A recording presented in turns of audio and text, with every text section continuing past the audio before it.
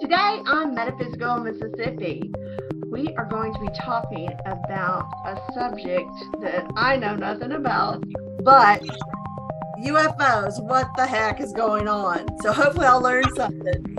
We've got Shari, Duann, and Karen with us today, joining both Emily, your host, and co-host Krista. So stick around. It'll be a fun talk.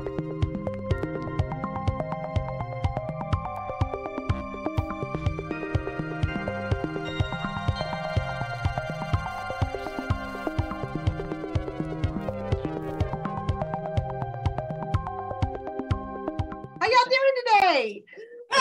Or this evening? Thank y'all.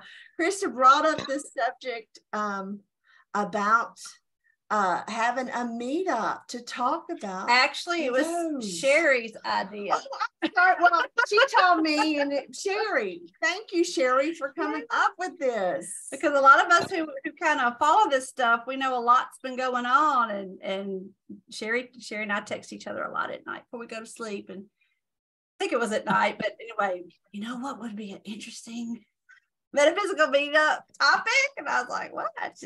UFOs, all the stuff that's going on. And then I was like, okay, I always like, let me think about it. And I thought about it. I was like, okay, yeah, it's time. And then we decided to invite, we thought we would do our first Metaphysical Mississippi podcast about UFOs as a prelude to the meetup. And I couldn't think of three better people. Maybe I shouldn't say that, because there's a lot of people in our community who follow this topic for sure. But to have Shari and Duann and Karen join us to help us figure out what the heck is going on. Couldn't think of three better people right now, but I'm sure at the meetup we're going to have a lot of people with some input, and I'm really looking forward to it. So we're ready to jump into this. So y'all have all been on the podcast once or twice, or more than that. And I want, for those who are first time viewers or listeners, if each of you could just share a little bit about what you do and who you are, and then maybe later in the show y'all could touch on what interests you about the topic of UFOs. But I know that there's other questions that we're going to touch on. But Shari, would you like to go first and just Sure, I can do that. Okay, great. Yeah, so I'm Shari Crook, and I have offices at Holistic Health and Healing with Krista. I'm a hypnotherapist, and I specialize in past life regression. And I have my own personal UFO experience, actually not once but twice in my life. But a lot of my clients have had that. So it's an ongoing, continuous, I can't ever remember a time in my life that I wasn't interested in this. So I'm excited. Yay. All right. Next. I'm Duann Kier. I'm a psychic channeler, spiritual teacher, author. I do psychic readings that are known as seeker sessions, and I also do what I call metaphysical mentoring for people who just have stuff going on and they need to talk to somebody about it. Wonderful. And Karen? Hey, I'm Karen Parker, and I'm most known in this community for having New Vibrations, which was Jackson's first metaphysical store, and then having New Vibrations Network, a monthly gathering for like 6 years after that, and done a little bit of everything in the community. So I'm just really glad to be here, and so glad to be here with you ladies. Y'all are just awesome, and I love what you're doing. Oh, thank you. I know all three of you have been pivotal in this lady's life right here. And, Shari coming along. She could get. Yeah. But Shari coming alongside Krista here with Holistic Health and Healing. And then you being the mother of metaphysics. Karen. The grandmother now. I'm the grandmother of metaphysics. And then Duann picking up with what you had started with Metaphysical Mississippi, and then passing the baton on to Krista. And then, of course, me just jumping on with Krista because She didn't know any better. I had nothing else to do, and so it's just so much fun. Yeah, this is an honor to have you three here. Each collectively together, but also individually, have played such a huge part in where I am. So, but it's not just me. You've done that for so many people in the community. So before we get started, I want to personally thank both of you, all three of you, for being here and showing up again, like y'all do. Show up and thank y'all for doing this. This is going to be a good conversation. I think it's the beginning of many good conversations. Yeah. So. Yes, I've been spilling the beans to people that we're having, this is coming up, and they're like, been giving me questions, and I'm like, don't tell me, I'll forget, but that sounds like a really big question.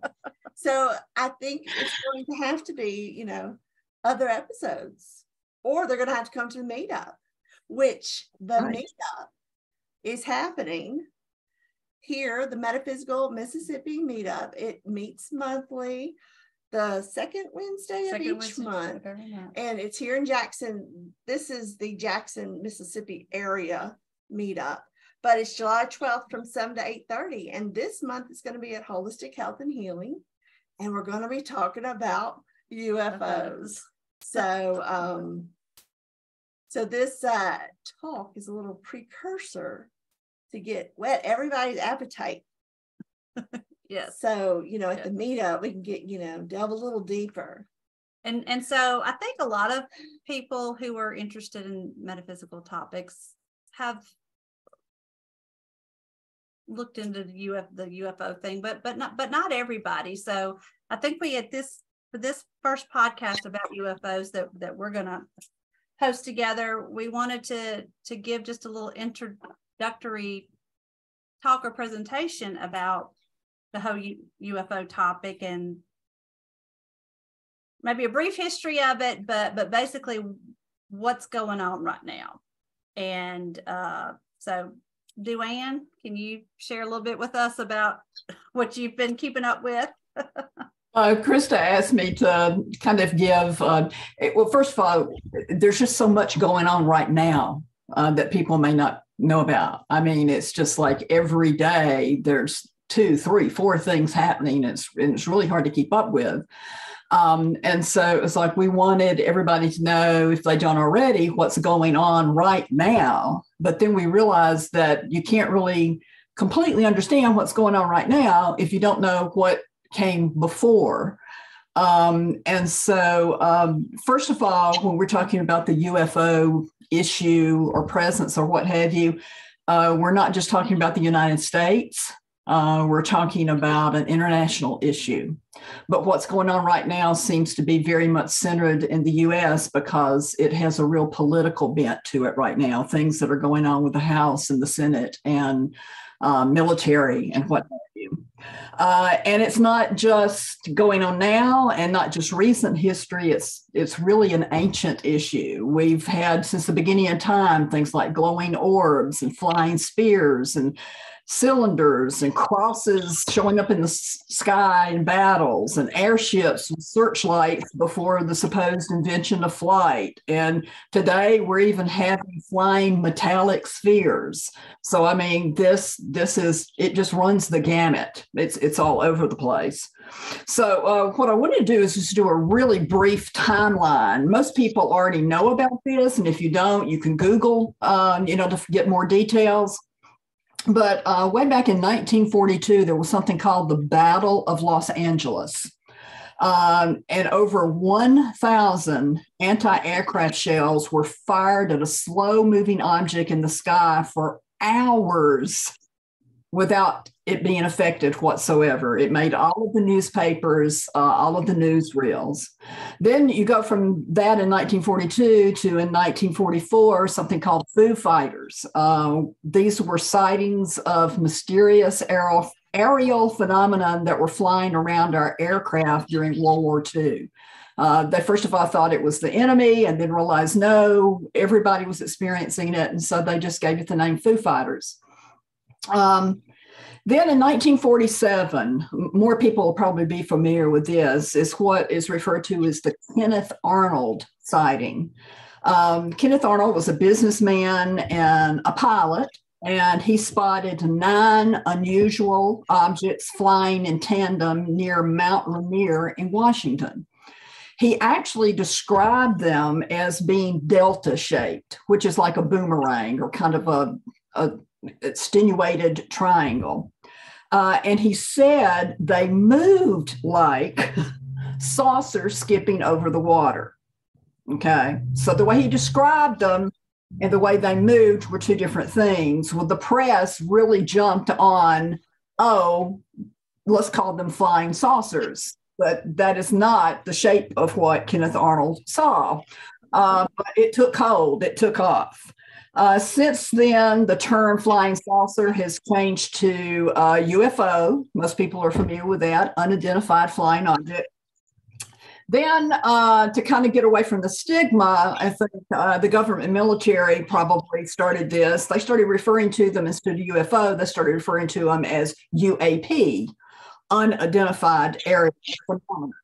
So they could talk about it. And I think it also had to do to make sure people were doing like Freedom of Information Act requests looking for UFOs.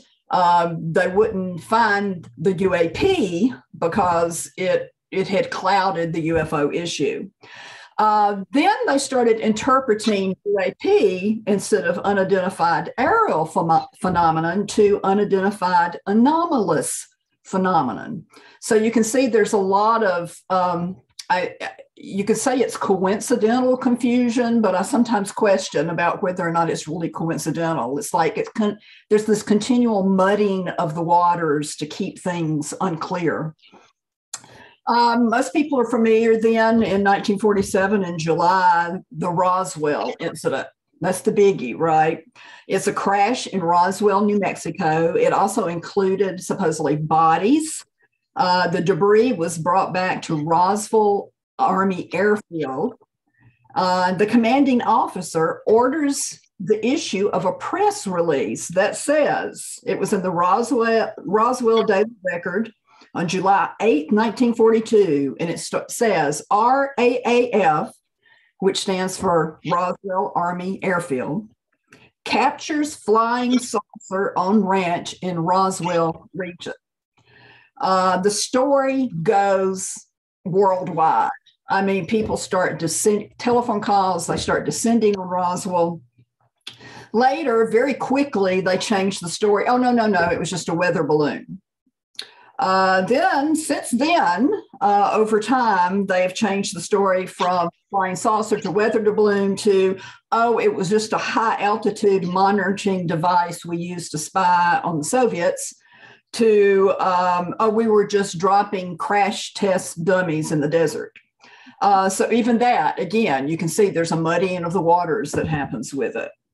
Most people may not be, or a lot of people may not be familiar that the next thing that happened was in 1952, there was a UFO flap over Washington, D.C. There were 8 to 10 objects sighted. They were tracked by multiple radars. They entered prohibited airspace over the White House and the Capitol building. All right.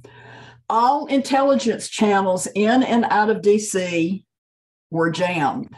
No communication was happening in or out of the D.C. area. It actually took place over 2 weekends, and jets were scrambled throughout both events. The Air Force held a major press conference at the Pentagon and debunked it as a weather temperature inversion. And the press went, okay. So then, in 1961, you may be familiar with this one, we have the Betty and Barney Hill abduction. It's in rural New Hampshire. John G. Fuller writes a book about it, The Interrupted Journey. And Look magazine prints an excerpt out of the book with photos of Betty and Barney, and that goes nationwide and international as well. Now, here's one that's really close to home. We then go into 1963, and there is an abduction case in Pascagoula, Mississippi. Karen and I just went down there recently. And we took pictures of, there's actually a historical marker at the site at a place called Lighthouse Park in Pascagoula. And it was an abduction story about Charlie Hickson and Calvin Parker. And man, it is really detailed, from lie detectors to sheriffs to going on a military base. I mean, it's something that everybody, especially in Mississippi, should get up to date on. Lots of info back then, but in recent history, I'm not exactly sure when it came out. Calvin Parker, over the last several years, actually finally wrote a book about it. He kept quiet about it all the time because he was traumatized by it, and finally agreed to write a book, and that has come out.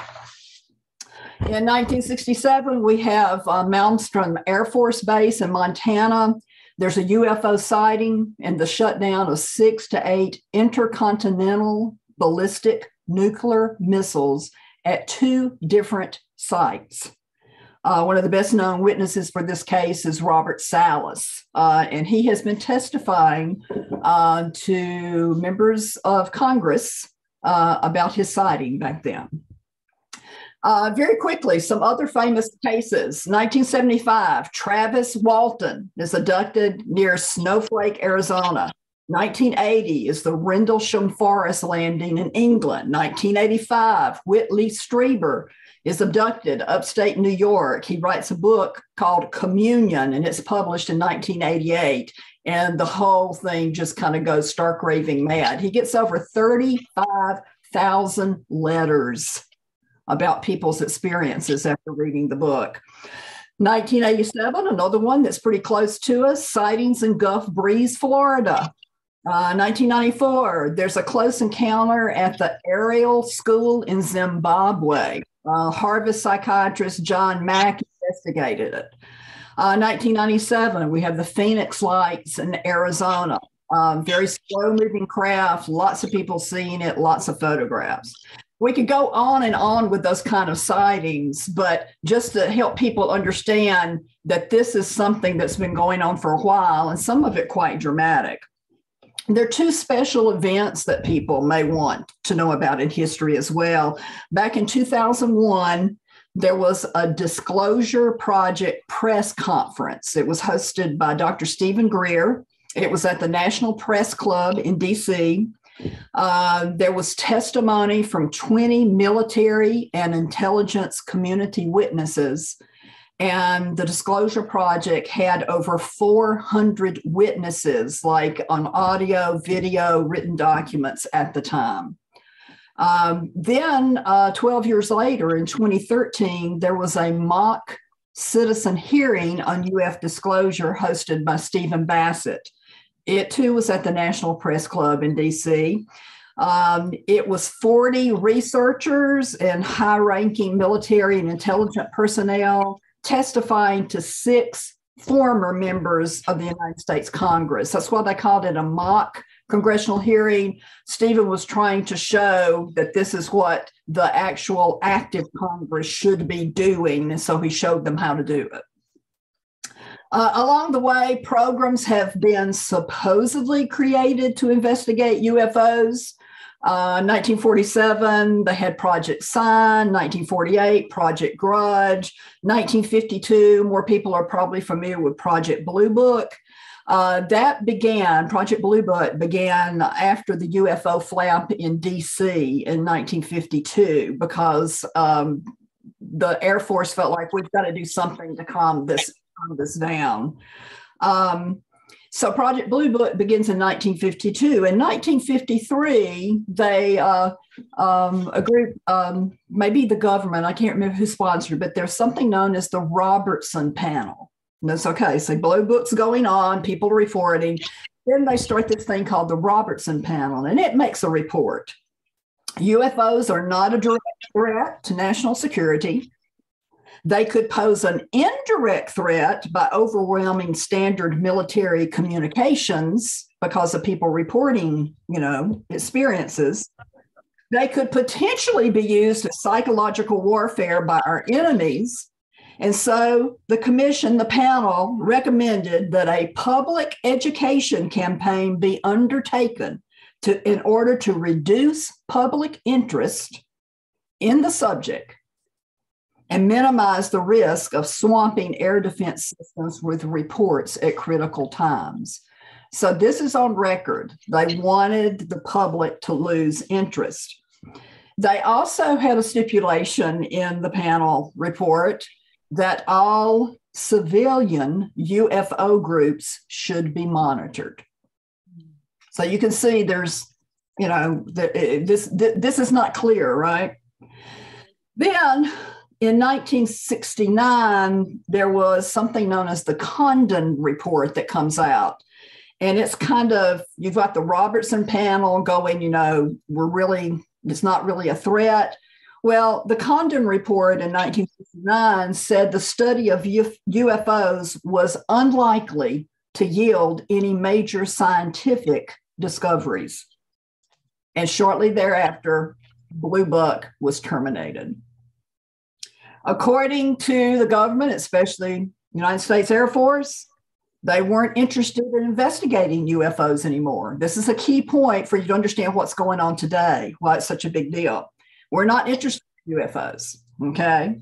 And publicly, everything began to die down, but there was a lot going on in the background that we're just now finding out. So this brings us kind of to present time. We're now moving to 2017, December 16th.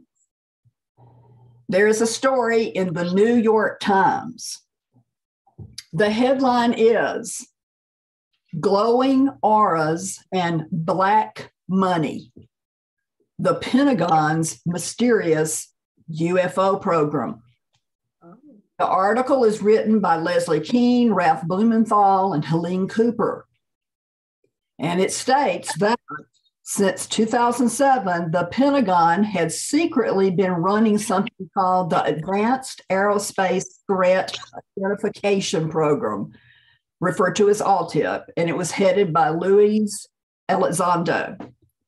In essence, the government had been investigating UFOs in spite of their denial. Now, they probably had been investigating them before that and since then, but this was something that could be documented. Elizondo resigned a couple of months before the release of the New York Times article.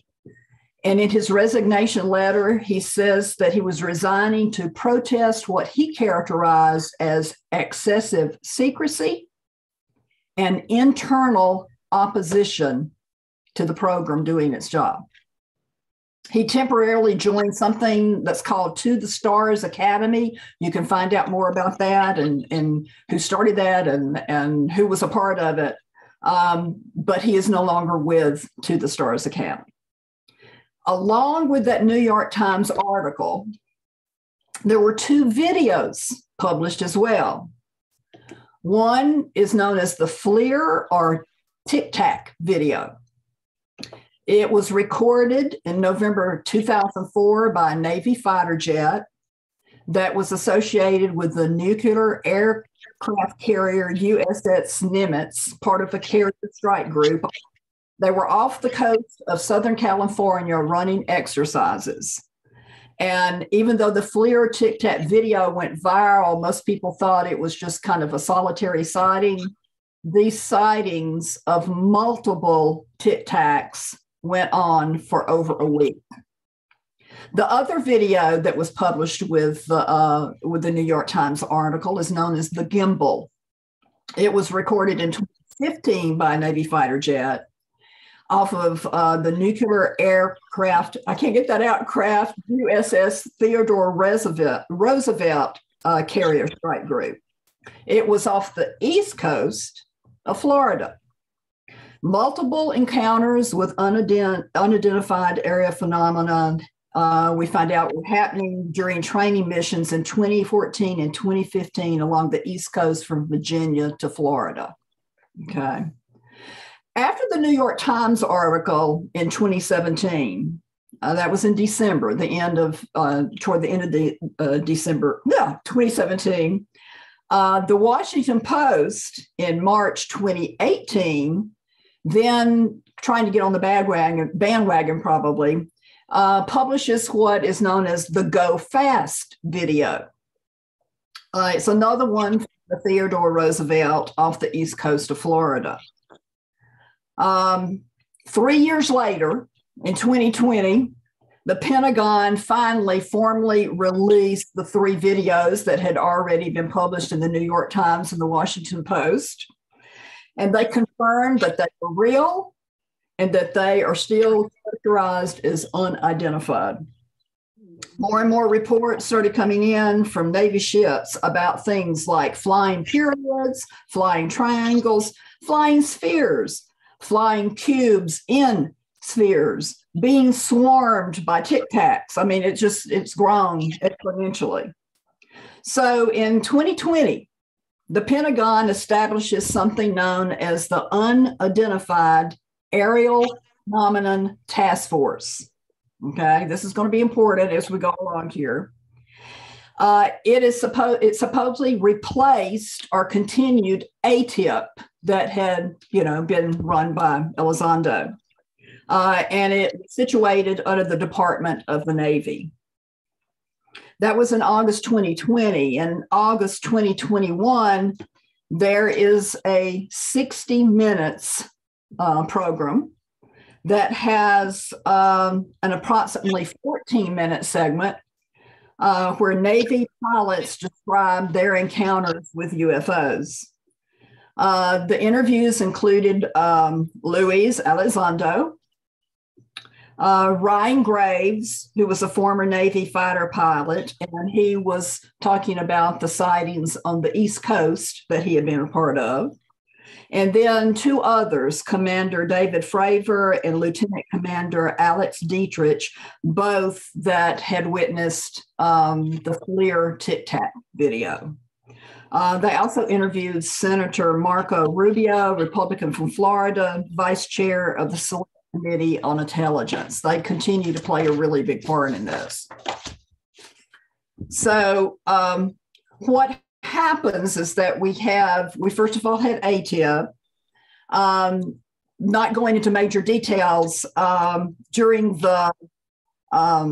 in the 2022 National Defense Authorization Act, they included an aerial phenomenon amendment that replaced that UAP task force with a permanent office, and they tried to make it the most ridiculous name possible so that you can't pronounce it. It was the Airborne Object Identification and Management Group, and then they tried to refer to it as AMSOG or something like that. And there was lots of laughing in the press about that.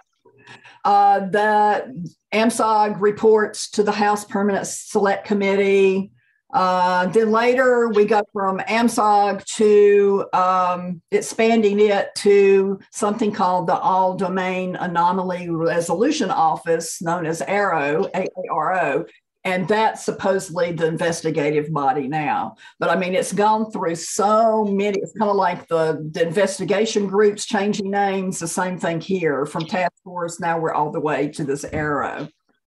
Why this is all important is that we're moving up to the 2023 National Defense Authorization Act. And it stated that any person with relevant UAP information can inform Congress without retaliation, regardless of any previous non-disclosure agreements. This sets things in motions behind the scenes that we were unaware of. So what happens is the story that's in the mainstream news right now. It's about a whistleblower named David Grush. The way this broke on June 5th of this year, just this month, a story broke in the Debrief And the headline was, "Intelligence Officials Say U.S. Has Retrieved Craft of Non-Human Origin." It was written by Leslie Kean and Ralph Blumenthal, two of the writers of the 27 story in the New York Times. It's followed up that very evening on News Nation with an approximately 11-minute excerpt from an interview that was going to be coming up, a 40-minute interview that was going to be coming up with David Grush by the reporter Ross Coulthart. So then on June 11th, we get the longer version of the interview. It's approximately 40 minutes. And here's what we learned through that breaking story in the debrief and this video interview, this TV interview that we have with Grush and Ross Coulthart. First of all, who in the world is David Grush? He's a decorated former combat officer. He was a decorated combat officer in Afghanistan. And even though this is a mouthful, we need to know that he's also a veteran of the National Geospatial Intelligence Agency and the National Reconnaissance Office. Say that quick.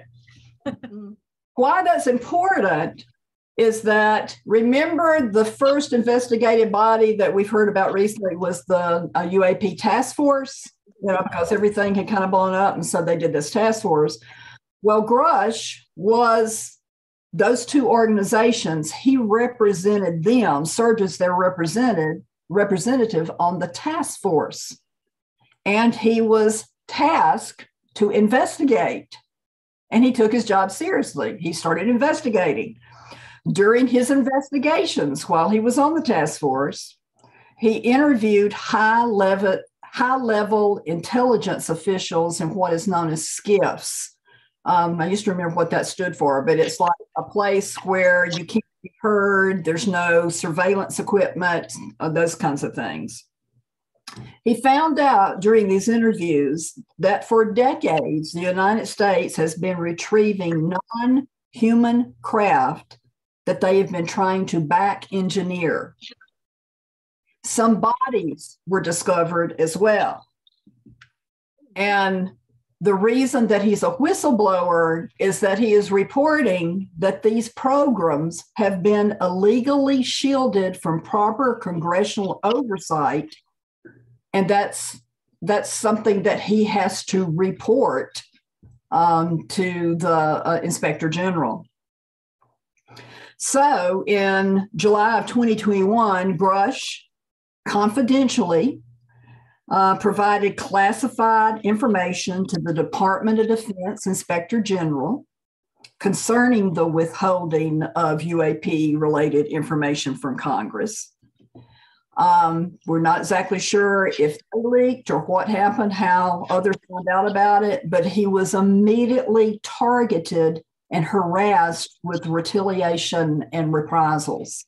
They even took away his clearance for a while and immediately got restored. He acquired legal representation, and his lawyer is a former Inspector General of the intelligence community. So he filed a reprisal with the present Inspector General of the intelligence community. Several members of the craft retrieval program that can't be named right now because of confidentiality and national security spoke to the Inspector General's office and corroborated the information Grush provided for this classified complaint. A whistle reprisal investigation was launched. Grush began reporting what he knew to the appropriate congressional authorities. He's backed up what he's provided with documentation and all sorts of information has to remain classified. And just 2 months after this, this has been filed, the Intelligence Community Inspector General found Grush's complaint that secret UFO-related programs are illegally withheld from congressional oversight to be, quote, credible and urgent. So this has set stuff in motion all over the place. Grush actually left the government on April 7th, 2023. He said to advance government accountability through public awareness. So all of this has come out in that written news story and the News Nation TV interviews. The day after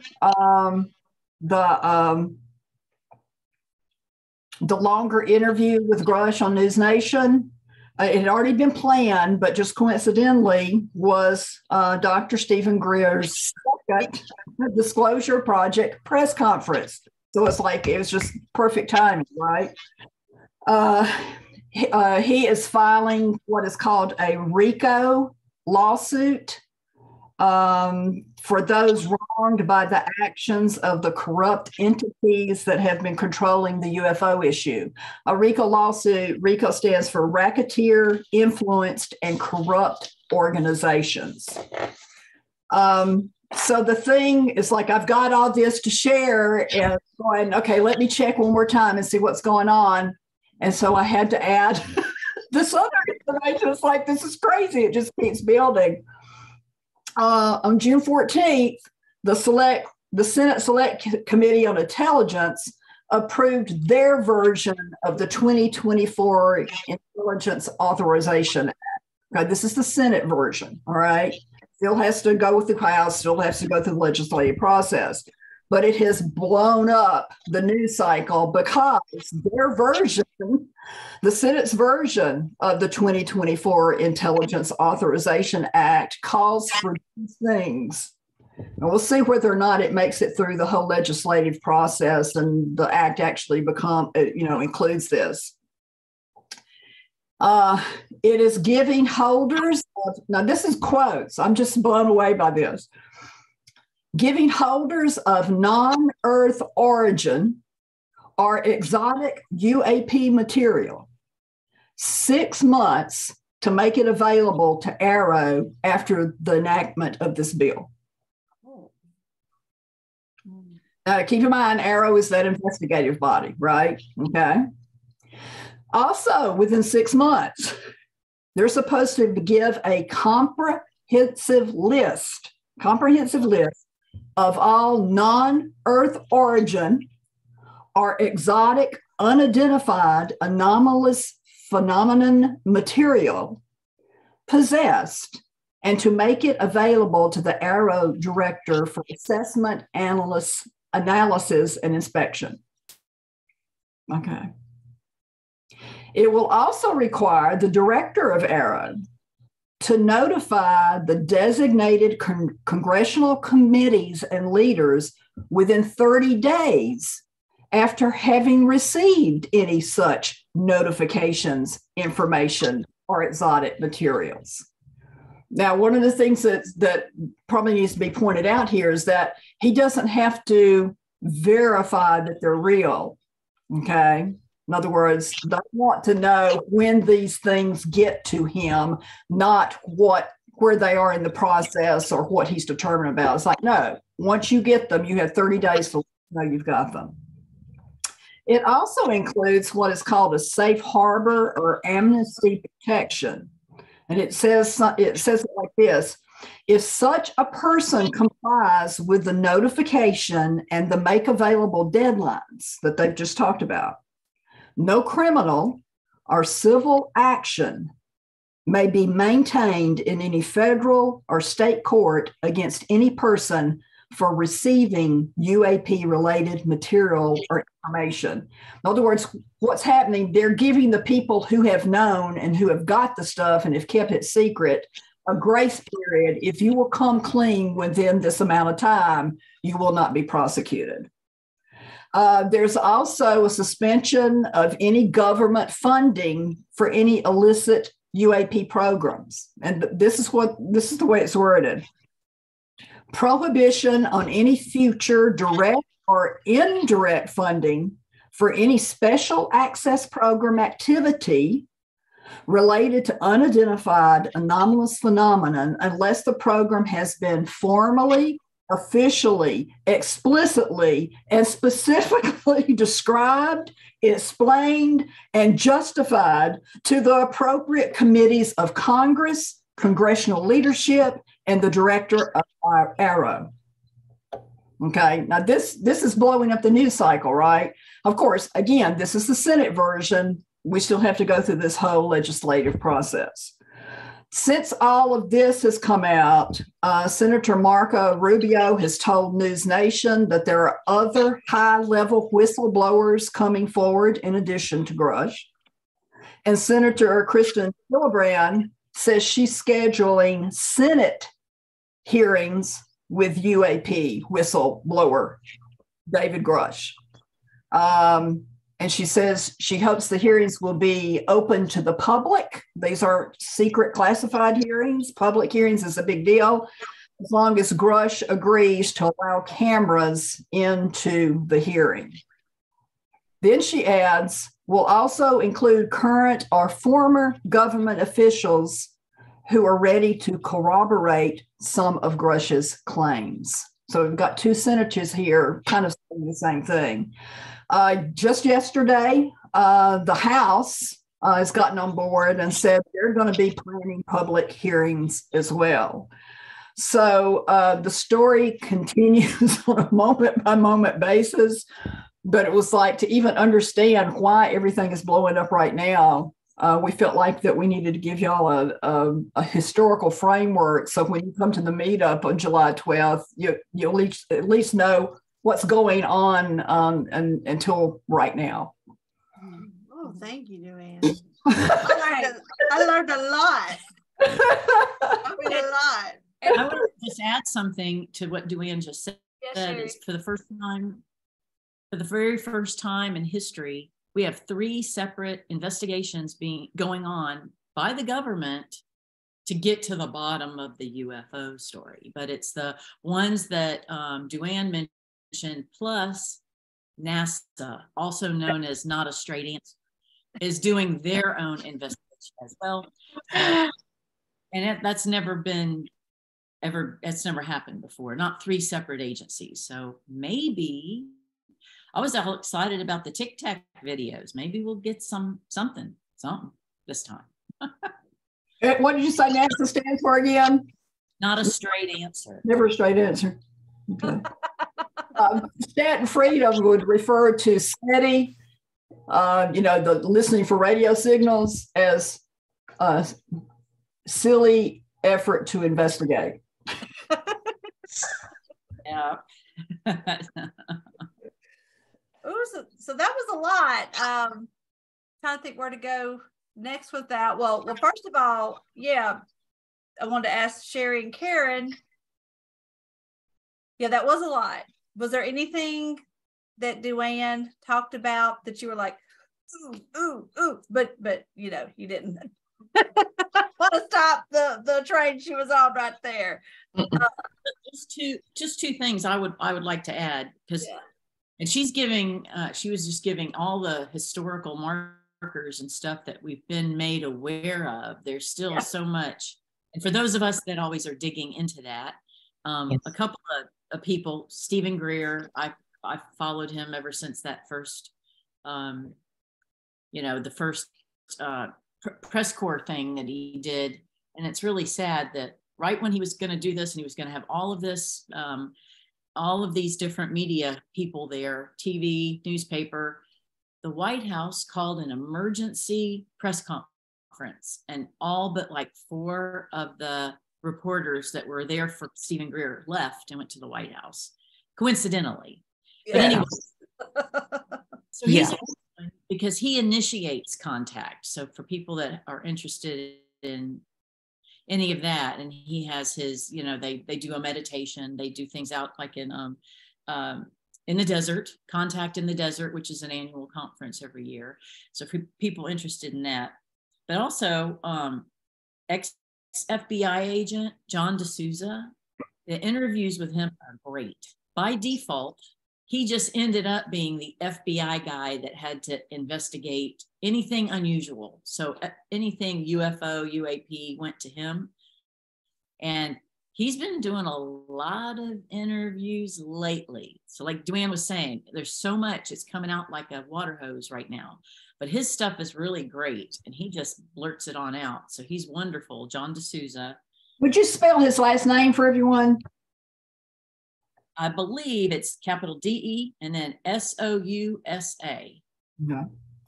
And he's definitely a credible witness. I've seen him or somebody to testify. He's not just whistleblowing, and I can't believe they've allowed him to say some of the things he says, other than they might categorize him as conspiracy theorist, but he's got some great information.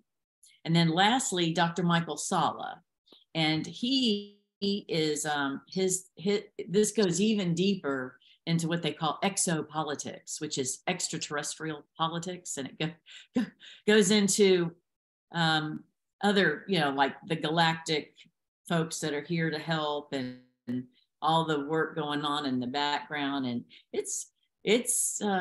but I listen to everything, podcasts and videos. Yeah. I want to know all of it and then use my own discernment. But right. His stuff is, if only 1/10 of it turned out to be accurate, it's mind blowing, but I think a lot more. I think he's hitting it pretty good. I don't know that he probably knows everything, but you start listening to some of these people that are in the background that have never stopped talking. They've always been out there. They've just been hushed and blackballed off YouTube and things like that. But there's so much. So Duann, you did a great job because you were hitting it. I'm like, yeah. And then don't fast, that one. I think you hit every single major one. Thank you. I hope I did, because there's so much going on right now that if you don't have some of that understanding about the history of it, you don't. You can understand what's happening now is a really big deal, but you may not understand all the nuances behind the scenes of why this is such a big deal, why it's happening. You got to have the history, and for all the things that have ever gotten out before, they have just like with Roswell, the first news release was, oh my gosh, flying saucer in Roswell, New Mexico. And then next thing they're denying it. But that's always been the standard modus operandi, is like that it gets out, some reporter reports it, and then they come back and make fun of it. Phoenix Lights, for example, was it the mayor, the governor went on TV and had the little green man come out on the stage and laughed about it. Yeah. And he even confessed that he had seen the Phoenix Lights. Later, everyone. It's like, well, then why do it to begin with? Yeah. I really want to follow up what you said, Shari, about from my perspective, is that how important it is to watch as much as you can and listen to as much as you can, as opposed to just being a believer in one person or one theory or what have you.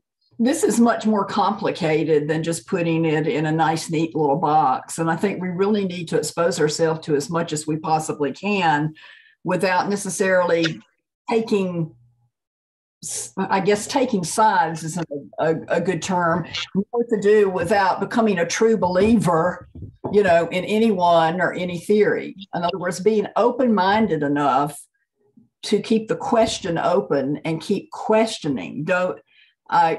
I find it very hard to have conversations with somebody who already knows what this is all about. And I think, well, how nice for you. And I haven't figured out what it's all about, and so it's I think that's one of the things that's Krista, is going to be important from my perspective at the meetup, is that we're not looking for people to show us and tell us that they figured it out and they know exactly what it is. It's like, this is too much. This is much more complicated than that. But because of everything that's going on, we need to be willing to have conversations about it. We need to start educating ourselves, keeping ourselves up to date, because whoever or whatever this is, whatever this, I mean, I don't even know what to call it. I guess presence. I don't know. And it could be multiple different things going on. It may not be a one thing or one deal. It is. I really truly believe that we are going to be experiencing a paradigm shift in our reality. We are. Whoever or whatever it is. Or whatever it proves not to be, kind of thing.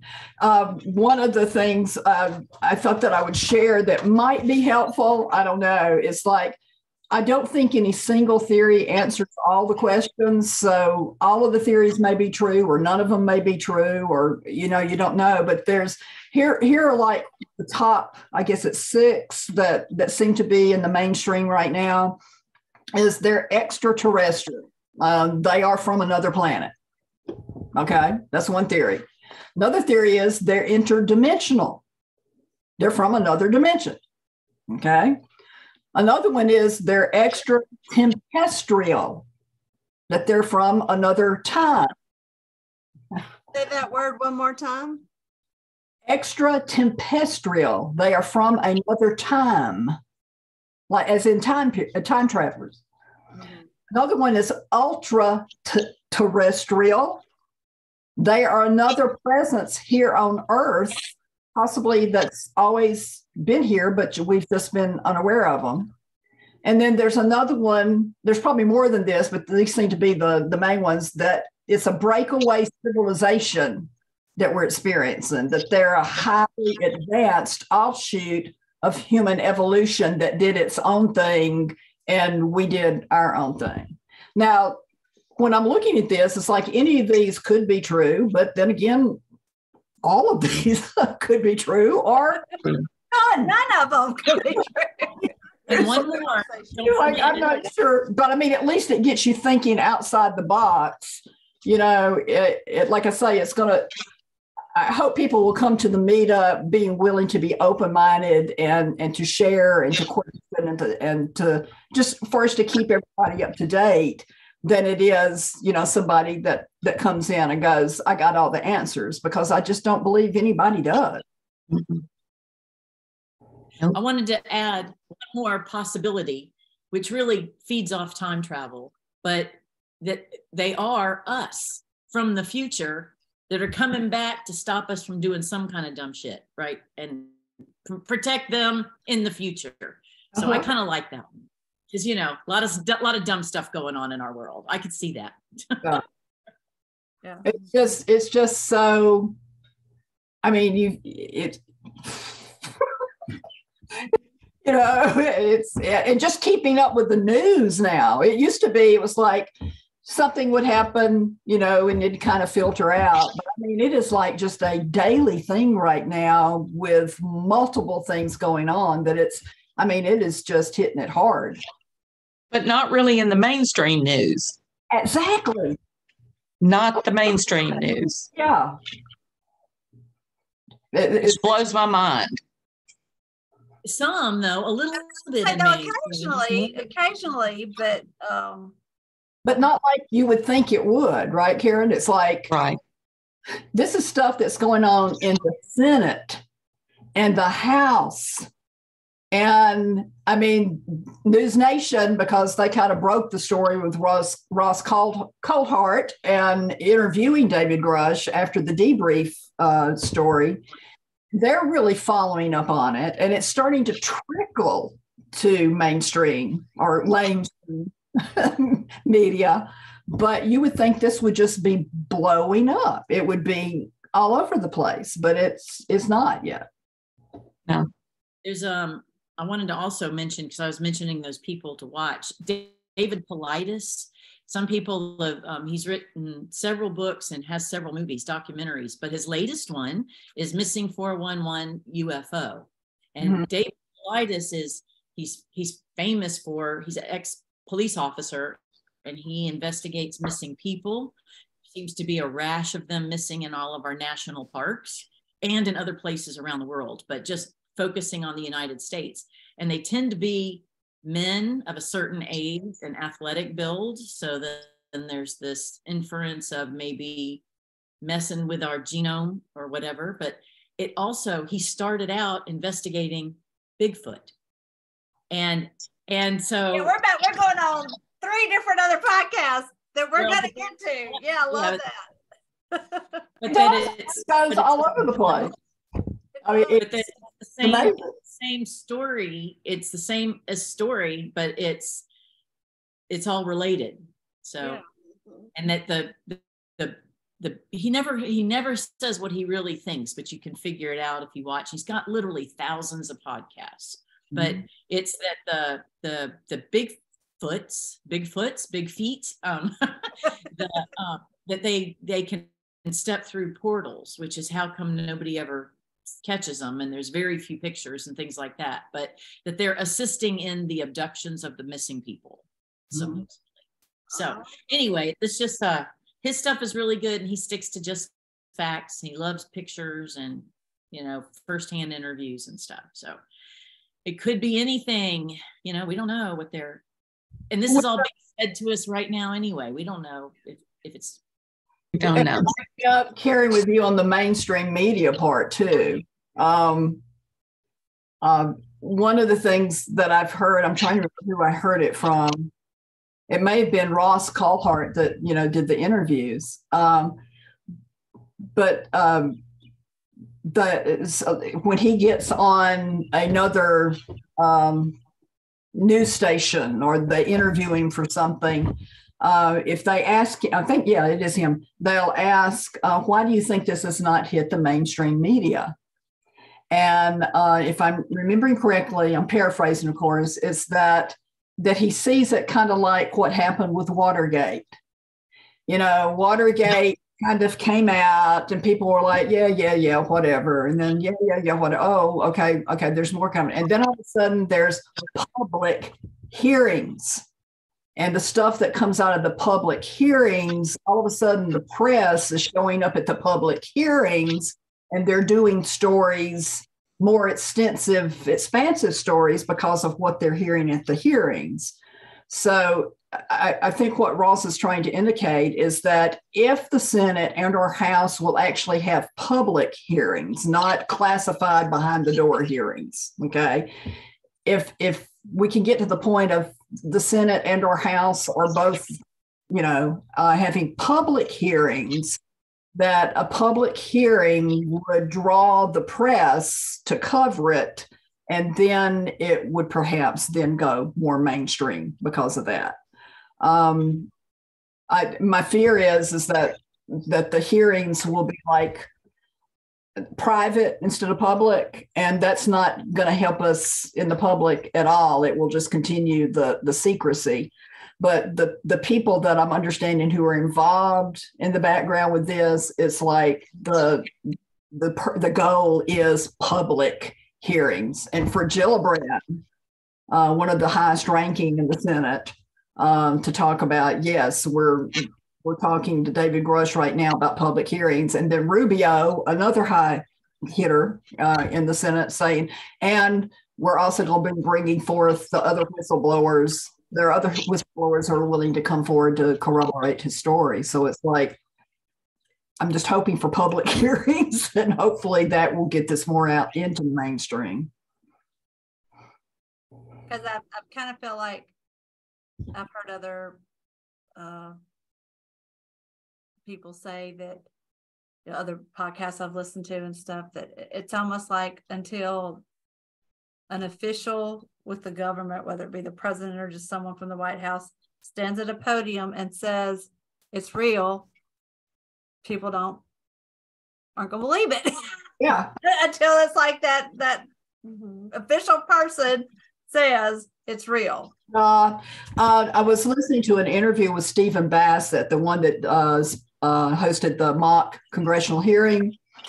And from his perspective, and he's been doing this for like 3 decades, but from his perspective, he said, which made me feel better because this is the way I've been thinking. And Shari was hit in this direction too. It's like, according to him, the majority of the high level people who are involved in this already know the story's true, right? In other words, they've had enough briefings. They've probably been like for years that this, and so it's not like, oh, we need to investigate to find out what's going on. That's what's frustrating the UFO community. It's like, why investigate something that you already have enough evidence for? Just come clean. He has suggested that what's going on is that they know that disclosure is in the process of happening. And so what is going on right now is kind of like, of course, I'm not quoting direct, but it's kind of like window dressing the show to give the president enough, not power, but enough oomph, enough upgirding that he'll say, well, after everything we found out in these hearings, we're gonna. I have finally realized, and I'm talking to the right people, and this is true. In other words, that perhaps, according to Bassett, that this is all these people already know, but pretending like they don't know and going through this process actually puts the political machinery behind the president to do just that, to make that kind of statement. I hope he's right. I hope that's what's going on. Do you feel that part of, there's many reasons why I'm sure they don't come out with the truth, and some reasons we may not like, but do you feel like part of it is they don't want to come out until they think they know what it is? To say we don't know what it is. They know. Like what happens then, right? Yeah. Right now, today, if you want to go observe unidentified aerial phenomena with your own eyes, you can. ESETI Ranch, which is in the state of Washington, Mount Adams, the guy that has a ranch there, he has a big event every 4th of July. I keep swearing I want to go, but they have hundreds, probably thousands of videos that people have taken, and all kinds of military because he comes on and does his show and he'll say, oh yeah, military was here this weekend. They'd have 300 people there to watch the activity around the mountain, and all these military people taking pictures, talking to folks, and then leaving quietly. So they absolutely do know. Well, no, they know something's going on, but they may not know what it is exactly. Well, the pictures at Mount Adams show orbs, just say orbs and lights going in and out of the mountain like all night, not one or two. But that doesn't mean that the government knows what it is. Well, I'm going to have to agree with you, Krista, is that they may know that it is. Okay. And it could be them doing it. It's like they may know it is, but they don't know what it is. I mean, there's lots of theories about why it's being kept secret and why it continues to be kept secret. I mean, those are just, you could probably make, a list of 100 reasons why it's been kept secret and continues to be kept secret. I think what's encouraging to me is that, and I may be completely wrong, I hope I'm not, but it seems like that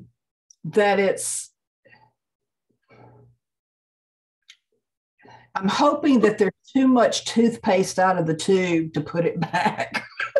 Oh, that they can't go back and nothing to see here. Right. And I hope I'm right. It's like we've had toothpaste come out of the tube before, but just looking at that historical framework, this is a lot of toothpaste out of the tube. And we may not know what the toothpaste is. We may not know what the tube is, but we know that there's a tube and there's toothpaste coming out of it, right? So I'm just hoping that it continues to disclose, it continues to be exposed, it continues to be revealed. And back engineering of I think it's the back engineering of stuff, which is why they're keeping it quiet, because every country would want to be the one to have the technology. That's one of the theories. And I was listening to someone that was talking about the advancement in technology just for our present human selves, and that what's come up with just these, like what's happened with iPhones and what they can do, or any phone, it's like 100 times more than the first computer they used to get the first astronauts in space, in the air. So we have these very powerful computers, and they're saying, where do you think all this technology came? Like, you look at how long we had horse and buggies, and then we had cars, and cars haven't changed. Yes, this has happened. Yeah. And trains, they haven't changed much in 150 years.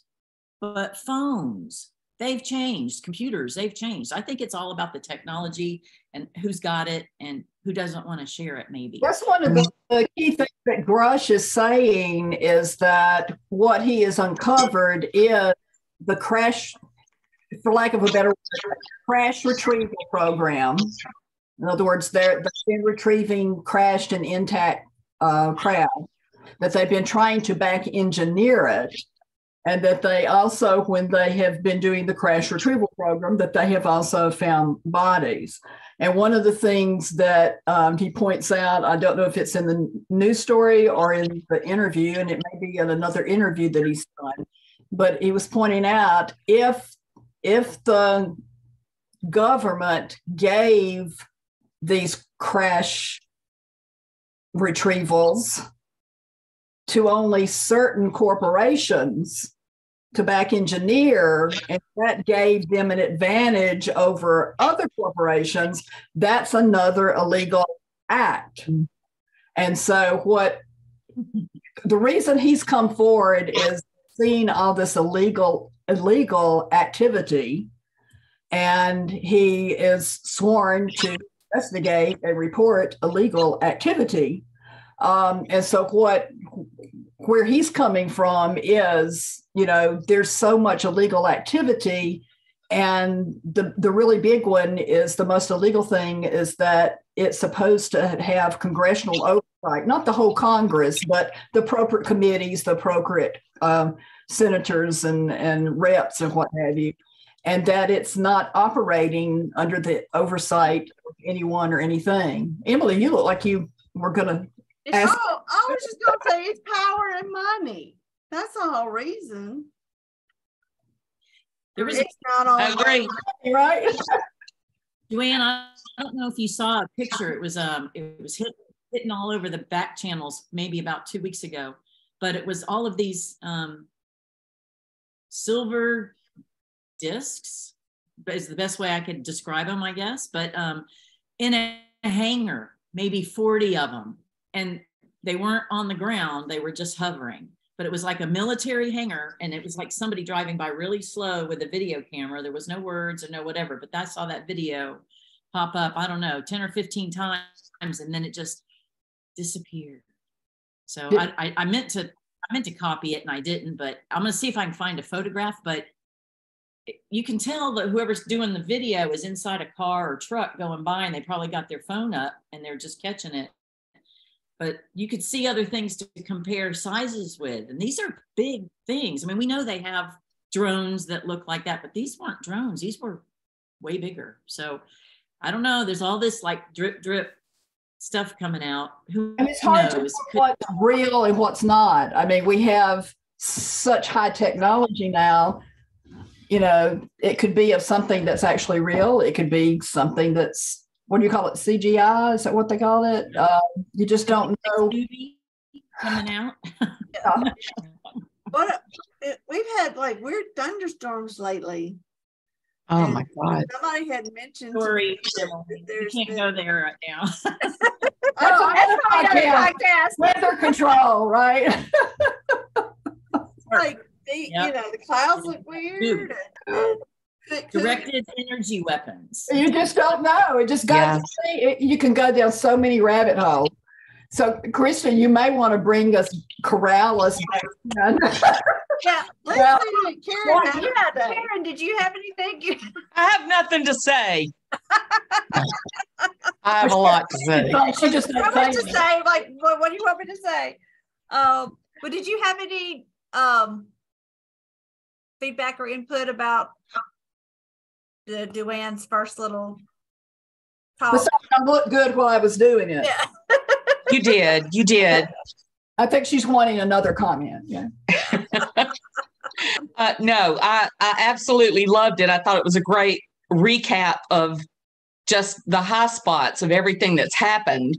But there have been, I mean, you could go all the way back to the Bible with examples of aliens and UFOs and all that kind of stuff. There's so much.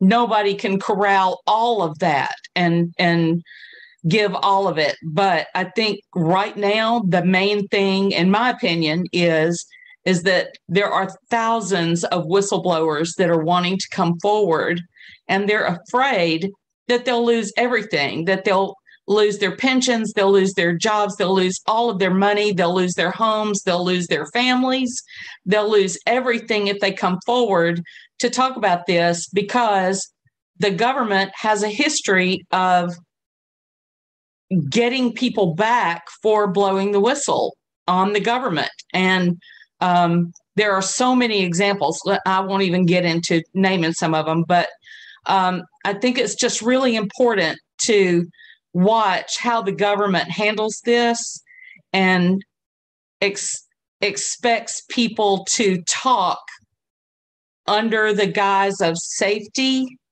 and see what happens in the background, because they just have a history of glossing over everything and trying to make their own story what they want it to be.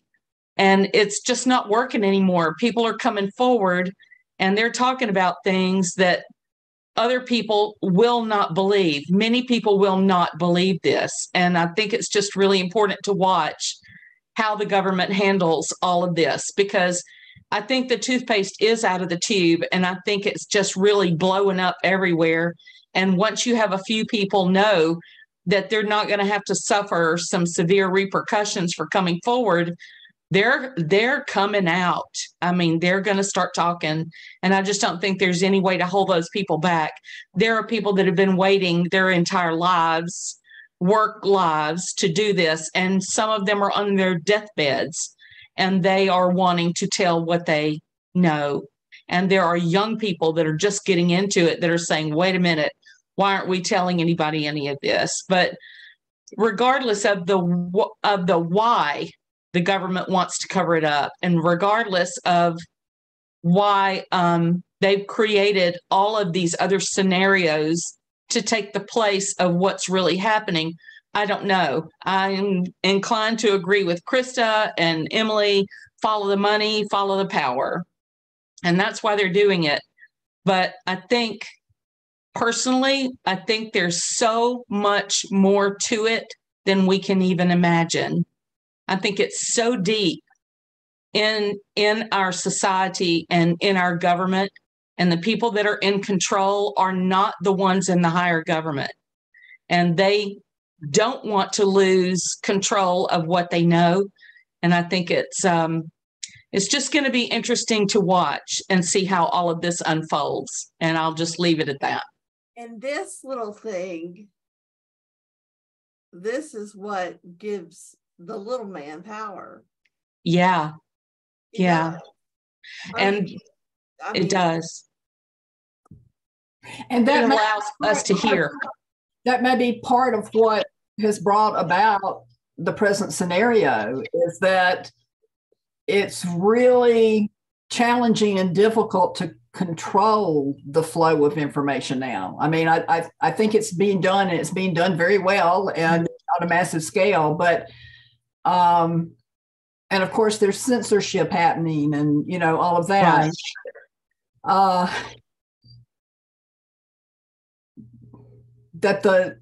That we have more access now to more information than we ever had because of that little device. And I mean, we're in 4 different locations, right? And technology is allowing us to have this conversation.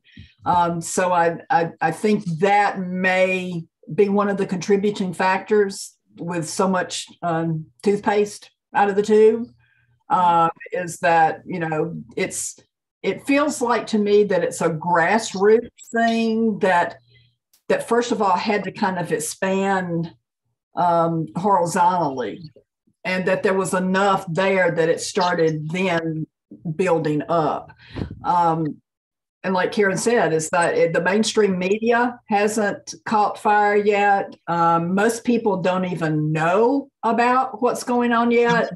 Most people are not going to have any kind of historical framework when it does continue to happen. So one of the things that I think is going to be really important for those of us who are in this community of light and service and all of that is to understand that that not only are those people going to be going through a paradigm shift in their reality, I think we need to be aware that we probably are too. For the people in our community or the UFO community who think they have all the answers and then find out that they don't either, it's like, it's a really deep, high, wide, mind expanding kind of subject. What's come out so far is a drop, not in a bucket, but a drop in the ocean from what's really happening out there. And I think there are lots of surprises for people that are still to come out. Those of us who think we are knowledgeable and listen to all these different people, we think we have a pretty good grasp on what's going on, like Duann said earlier. But I think even we are going to be incredibly surprised at what really is going on and how much farther this thing has gone than even we know and can imagine. So I think we're in for a lot of surprises.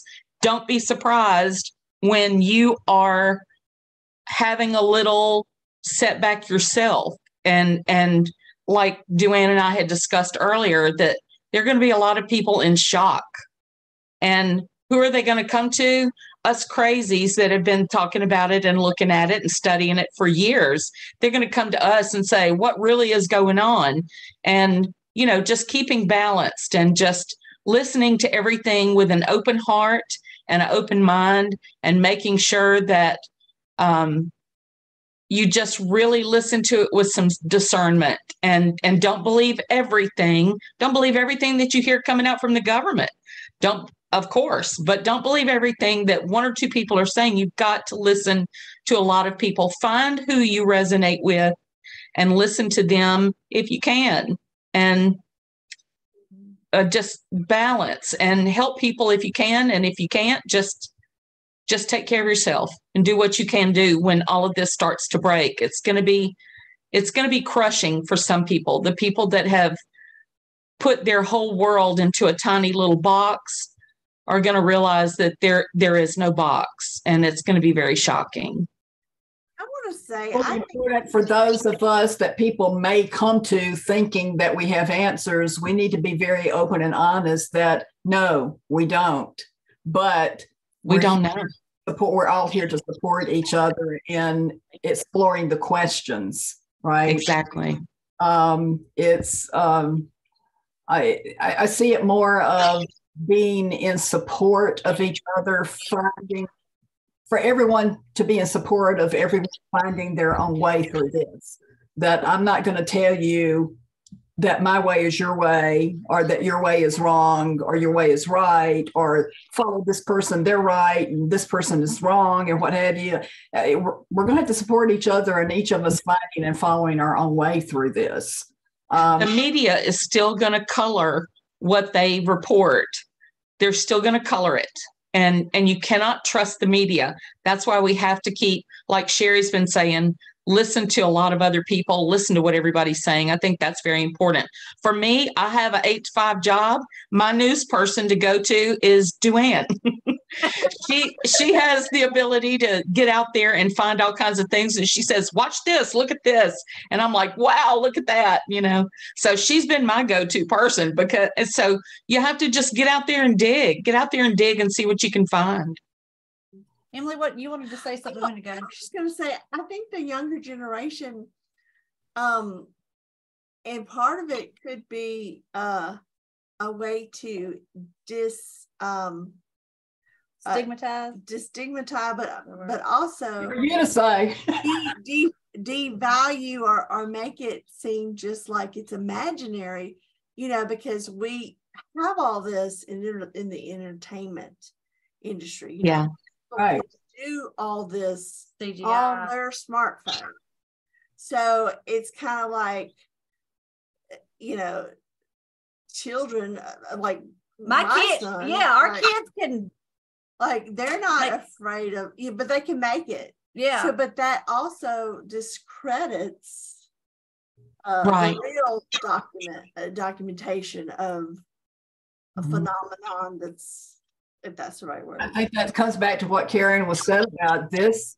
If any other time in any other place in your life that you use discernment, you're really going to have to pull that up for yourself individually and not find someone to follow or not allow people to follow you. It's like, even when I do my psychic region, my seeker sessions or metaphysical, I'm very conscientious about not telling people what to do.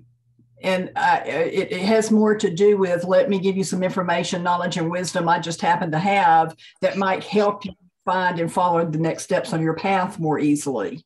Yes. Their path, they have a right to that path. And so the more information we can share, no matter how far out it is, how conservative it is. My adage is that I'm going to follow the truth no matter where it comes from or where it goes. So that means I'm gonna listen to people that other people may not listen to, not because I'm their follower, but because it's kind of the way I look at it, that all religions have truth. Mm-hmm. Okay. In my opinion, none of the religions have all the truth. Mm-hmm. Okay. And that's kind of the way I look at this. It's like all these people that are sharing and talking and educating, what have you, all of them to me seem to have truth. None of them to me seems to have all the truth. It's up to me to discern and to walk my path and, okay, this feels right, or that resonates, or I'm not sure about that, let me check into it a little bit more. Or Stanton Friedman would call something that he never discounted anything, he just put it in his gray basket. And that meant he didn't have a yes or no yet. It wasn't black or white, but it was gray, and he wasn't going to discount it. In other words, okay, I'm just going to put this over here, I'm going to tuck that away. But I think one of the most important things we can do is just continually, go for more information, more knowledge, more wisdom, and support each other in the process.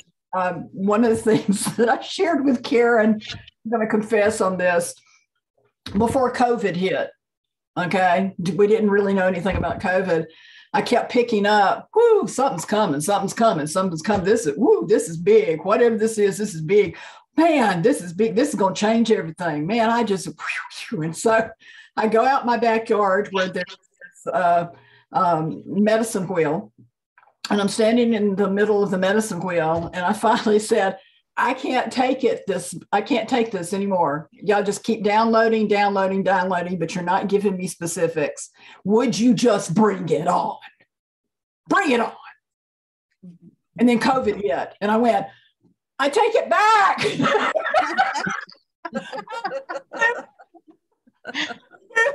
The button said, just bring it on. Yeah. Thanks, Duann. Right. Yeah, it was her fault. Her fault. Bring it on and get it over with. So I was joking with Karen. I'm being very careful not to do that with this. Right. So what's coming? I can say, oh, just bring it on and get flippant with it again. But it's like, maybe not. Maybe I don't need to do that. Say, bring it on. Maybe we need to ease into it, or maybe this needs to happen, or that needs to happen. And I'm learning to trust the process, not the government, not the military, not the media, but just in the process of, you know, sometimes you just have to support the unfolding of something rather than ripping the bud apart to see the flower and you never get to see the flower because you ripped the bud apart. And I think that's not necessarily for those of us who are already open to this. I think it needs to move slowly and methodically for the people who are not ready for this. Acclimation. Yes, they need time to acclimate to all of this news. And I don't know for what reason. I don't know why the news media isn't carrying a lot of this, but it may be because they just feel like a lot of people can't handle it, which I don't think that's necessarily true. But okay, let's give them the benefit of the doubt and say that that's true. Then they are going to need a lot more time to get used to the idea that we're not alone, much less than that, you know, the government is behind some of this stuff. I mean, that is way out of their comfort zone. So anyway, that was what I was talking about having to be, having to take it easy with people and not, and just allow them their own process in thinking of this and contemplating what's really going on out there. And like Emily said, you can't believe everything you hear. You sure can't believe everything you see, because they can create it just, I mean, in 5 minutes on the computer. They can make it look like a third world war. So you got to be careful. Well, it's almost like, I feel like that you might have to cut this part because I just know, but no, they it's either they downplay it or make fun of it, or it's the aliens are here to get us and the world's going to end. It's like it's either this scenario or that scenario, right? And it's really it the bit, you know, like we don't know what it is, but to me, I feel like it's somewhere in the middle of that. And if mainstream media would just, they don't have to give us answers, but just say some of the stories, just share the stories of what's going on. It doesn't mean it's a bad thing, but we don't know.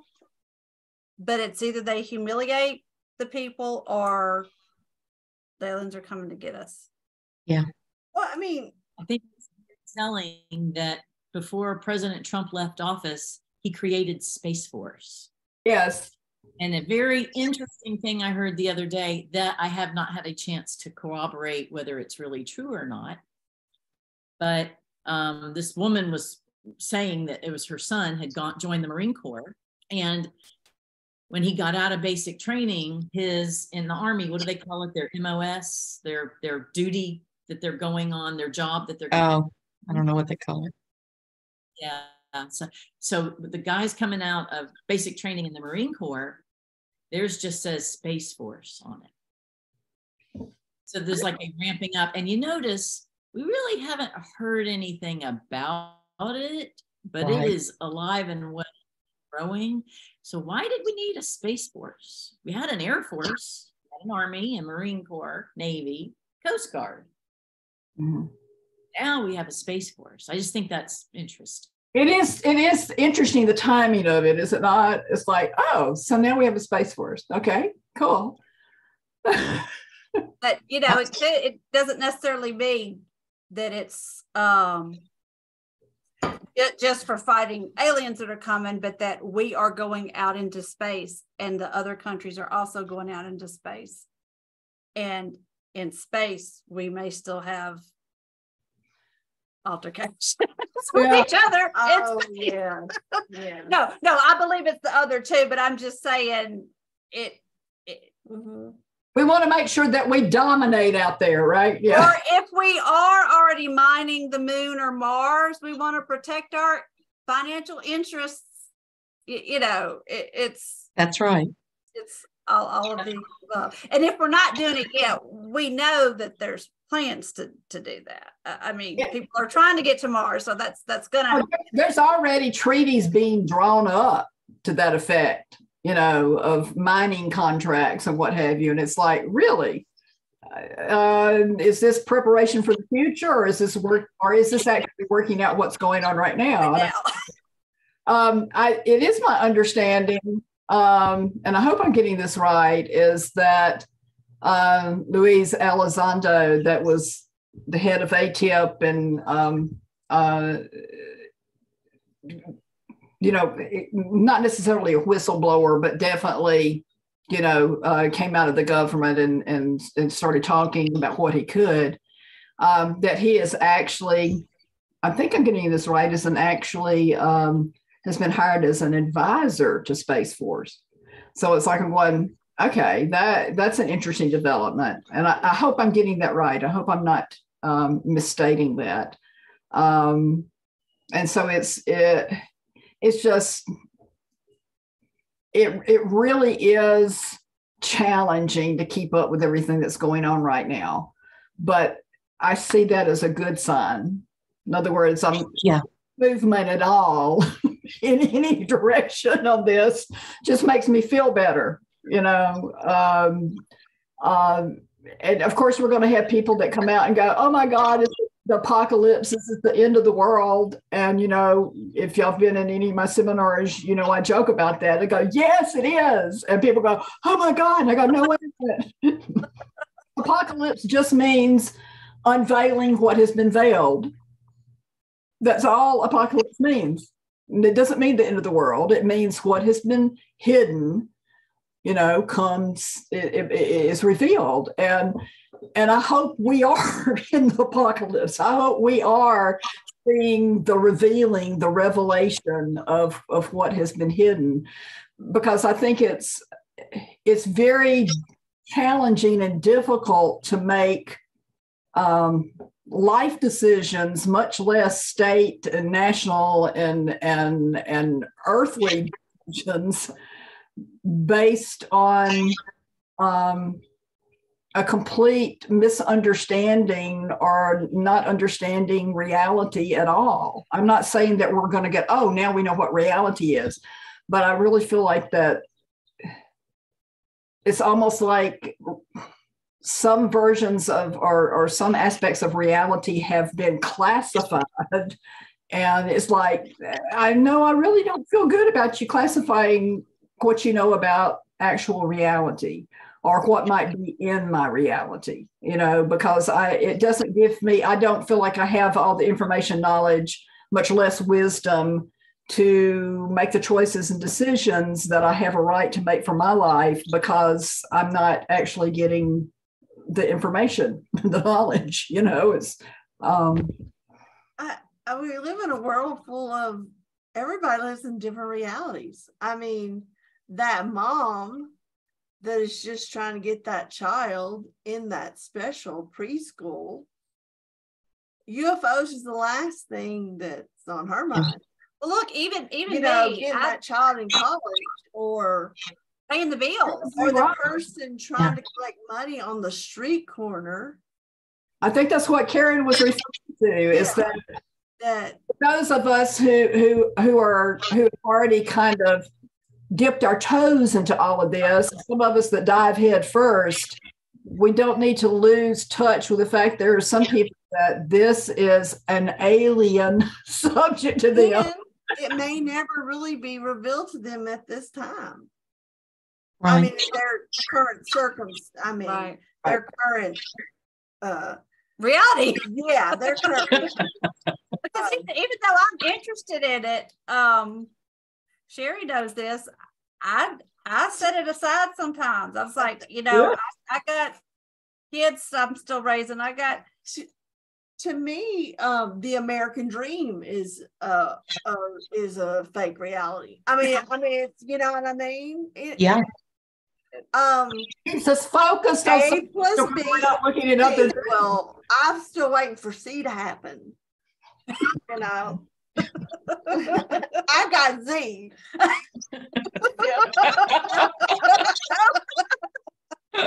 No, I get more than that. Oh. But no, I love to see Karen. Shari's kind of my Duann because she occasionally tells me what she's watched and what she's kept up with, because she knows I'm interested in it, but she knows I don't have, not that I don't have time. I don't make time for it. And then I just find out when I edit videos. Like, this is what we're doing. And it can take you down a rabbit hole. It's like one of the things that I really encourage people to do is that, yes, get the information, get the knowledge, use discernment with it, what have you. And then sometimes you just need to, go out and have a beer with your friends and enjoy normal everyday life. That's why we're here, right? And don't go so far down the rabbit hole that you actually miss the experience of being alive, kinds of things. You can become obsessed about anything. And this is one, you can go down one rabbit hole and it takes you down another, and it takes you down another, and it takes you down another. And another. Like, sometimes you just gotta go. Okay, I'm done. Yeah. Like, Shari mentioned Bigfoot earlier. So I was interested in Bigfoot years ago, and I was interested in UFOs, and I don't actually remember the day, but I remember there was a time, the first time the two intersected. It was like, hey, like there's a connection. There might be. I'm like, wow. And then I realized I'm reading something, and it's like, a lot of the alien experiences mimic what people talked about with the fairies. Oh, so aliens might be fairies? I don't know. It's just And they giants, don't know. They could be giants too. giants. And enough. Yeah, it's just like, I think I like dragons. I think they're there somewhere. I did the same thing with near-death experiences and UFO experiences. It's like I'm reading about near-death experiences, and then I'm reading about UFO experiences, and I'm going, wait a minute, there's a crossover here. And then I find a book by Kenneth Ring that talks about the crossover between near-death experiences and UFO experiences. I was going, I knew it. It's not just me. Other people say this. But then, see, that brings in a whole other reality as well, Emily. Yeah. It's like, sometimes these experiences aren't just alien or whatever we're talking about there. It's sometimes that they're also with dead people. So again, there's so many places that you can go with this. I think the way that I'm personally handling it right now is that I'm particularly interested in watching, not because it's like, I've got to hear, the government or the president say this for me to understand it's part of my personal reality, but watching this process unfold of the news stories. It's like, okay, this happened, and this happened, and this happened.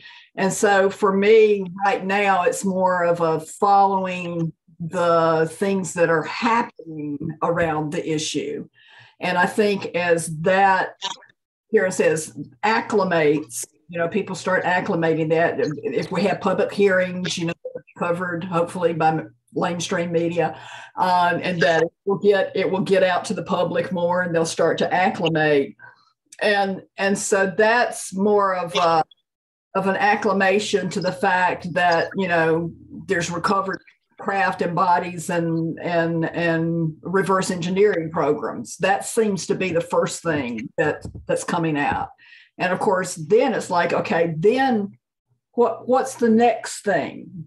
You know, and then it's been kept from illegally kept from congressional oversight. In other words, that seems to be the prevailing issue right now, that these programs have been going on, they've been kept from congressional oversight, and now it's like, okay, the whistleblowers are coming forward to talk about those illegal programs and to get them back under oversight.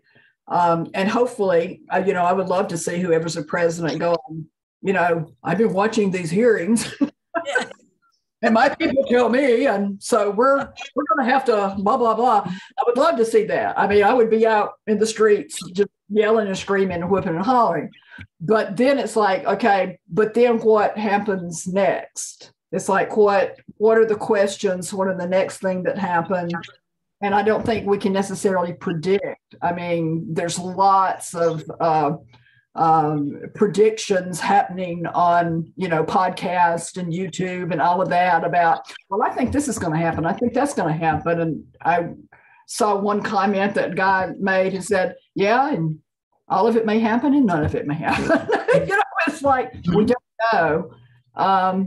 But I have to confess, I'm really enjoying being alive right now to experience this, to watch this, even though I don't know exactly what's happening or where it's going or anything. But it's like, I'm so glad to be here to be able to experience this, to learn about this, to see what's happening, where it might go.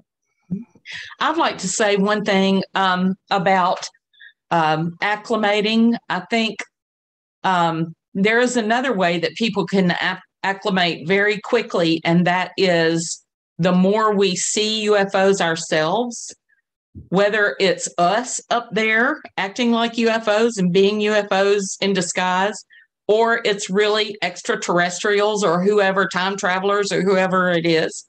I think we are seeing a lot more of those things, and because we all have these little things in our hands all the time, we take pictures. It makes a big deal to someone when they actually see something. Then they become open. It's like a trigger, and they become open to accepting other thoughts and other realities other than what they've been in. When they begin to see that themselves, they'll begin to expand their own horizons and their own realities. And it won't be up to the government to tell us anything. It'll be up to the people to stand up and say, I've seen too many of them. Now you need to tell us what's going on down here. And I think that's going to be a big deal when more and more people see them. And they are all the time. You can't turn on the TV without seeing people taking videos of different things in the sky or different things that are happening, or crop circles, or whatever it is that people are experiencing that they know are probably not happening because some guy from small town Mississippi decided to run a tractor backwards through the cotton field. I don't know. It's just that to me is going to really break open a lot of things. And I think that's coming. That's my personal prediction, that I think a lot more of that is coming, because we're going to begin experiencing a lot more sightings. And once you've seen it, as the people here can attest, the ones that have seen them can attest, once you see it, it breaks open the shell around you and you cannot put that back. And you want to know more. So that's it. I was just going to say, the younger generation, though, hasn't experienced, and I was just the tail end of it because I was, a 70s kid. We didn't have our media. What we had access to was very controlled. Very. And, and now, to hear an artist on the radio, you never knew when they were going to come on, and you had to have that tape recorder ready. Cassette player. You had to have that cassette player ready to push the button to get your tape. Exactly. Yeah. You couldn't decide. And, nowadays, everybody's used to instant gratification, instant type in what they want, get it instantly. And so the younger generation is not going to understand, because I barely understand because I'm so accustomed to it. Really, I think the younger generation, though, is very, very open to a lot of this that we were never open to. We had to learn it. I think they're here with that TV and that phone in their hand 24 hours a day. They're exposed to a lot of this. I think maybe the older generation needs to physically see it, but the younger generation will already accept it. Or some of them. I think so. Some people I've heard believe that, a lot of things they see on TV. That, they do. Zombie apocalypse is going to happen. Yeah. Or, well, you don't know. I mean, did that happen already? They're more prepared. Right. They know what to do. We don't know how to grow a tomato. It's true. No. Right. Right. I feel zombie though. Sorry. We weren't talking about zombies on this one. Sorry. Off topic. Okay. Zombies, UFOs, Bigfoot. But it's all related. It's all related. What, Sherry? I was adding to the list. Fairies, dragons. Right. Right. What's that for unicorns? Oh my. Yeah. Unicorns, yeah. Well, So, Krista, could you give us an idea about, you're, Shari and you came up with the subject for the meetup, in your late night text. Karen and I do the same thing, and then finally it's like, I'm going to bed, good night. And there's one more text. It's usually for me because I won't give up. Like, but what about this? It's gonna work. I know Karen's gotta be somewhere at 8 o'clock in the morning.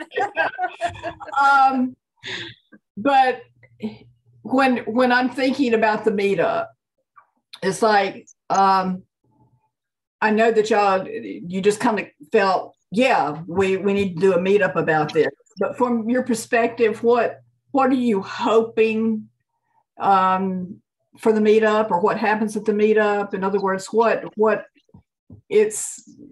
you'll be facilitating this, right? And so what is your highest hope for people who come to the meetup? What do you hope they can expect? Or I think the main goal is to have a space that's accepting and open to just discuss the topic.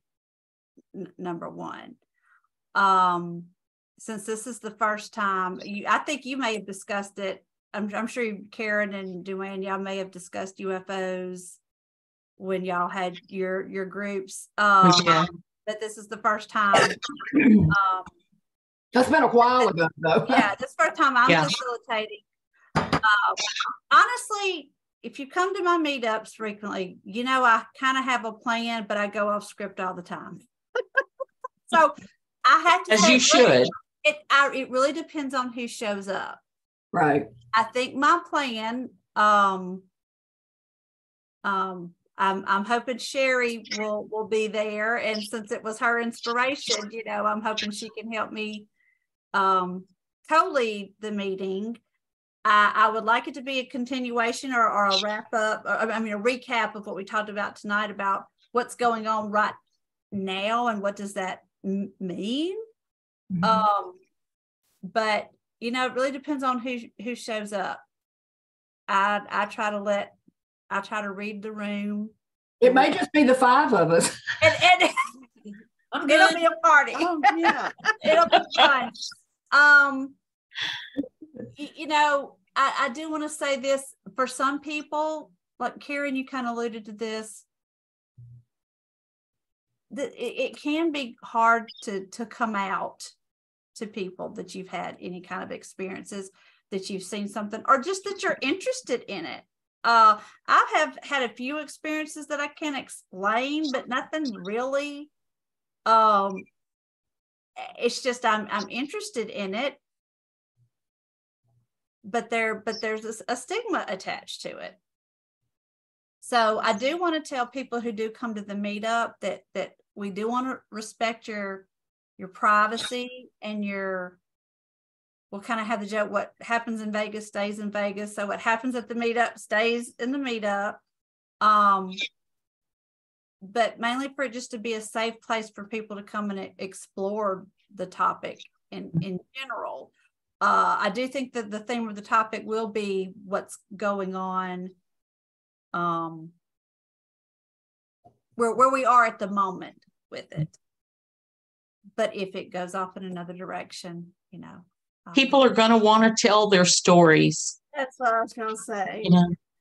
Or have questions like, what is in those, Yeah.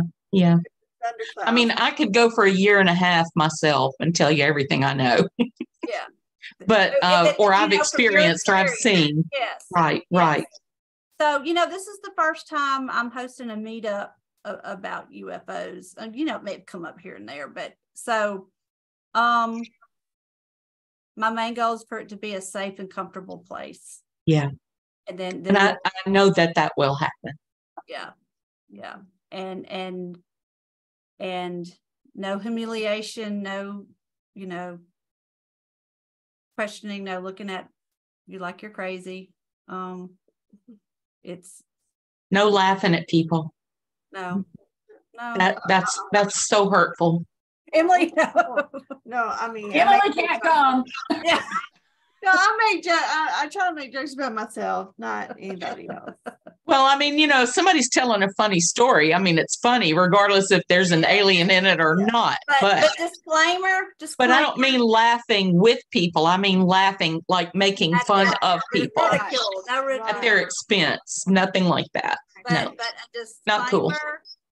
We're not going to tell you what UFOs are because we don't know. Because we don't know. But we can explore all the different theories and have fun with that. Now, when I say have fun, I don't want to make light. For some people, it's a serious topic, and it is a serious topic. But I tend to deal with life through laughter.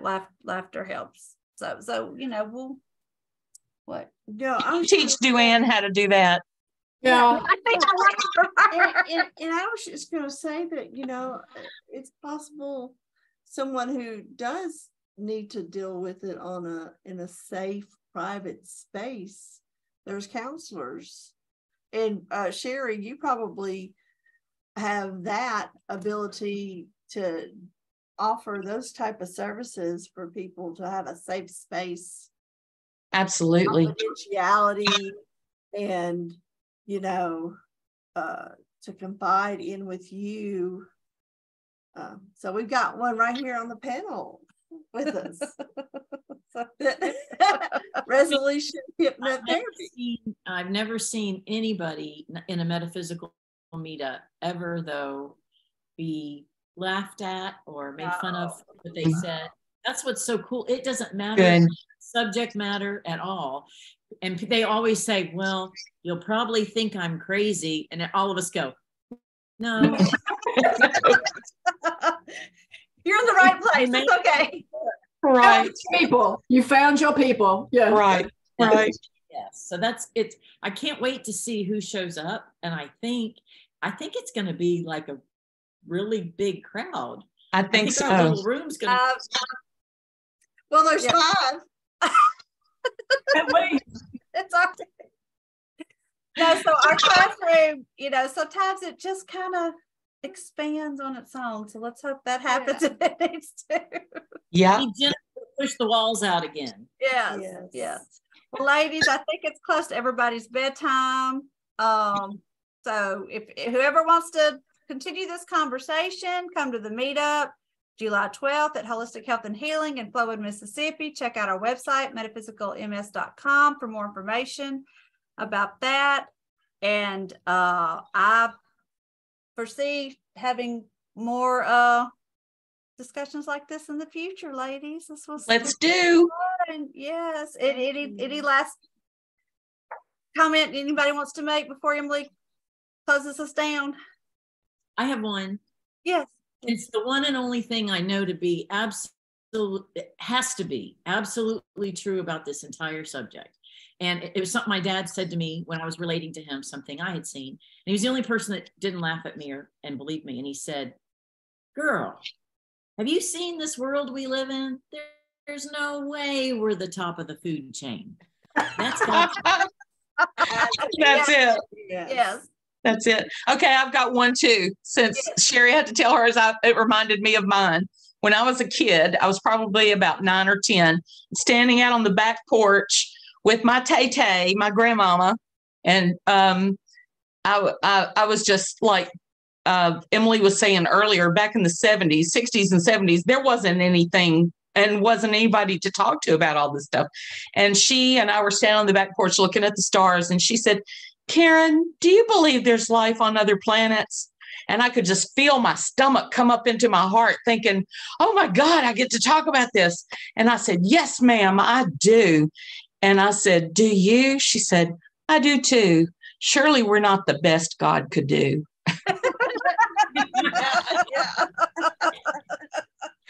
And that she created me. So what can I say? Love that. Love that. Well, ladies, this has been fun. Emily, you ready to close us out? So I'll see y'all later. Love you guys. See you at the meetup. Yeah. Bye, ladies. Bye. Thank you. Thank you.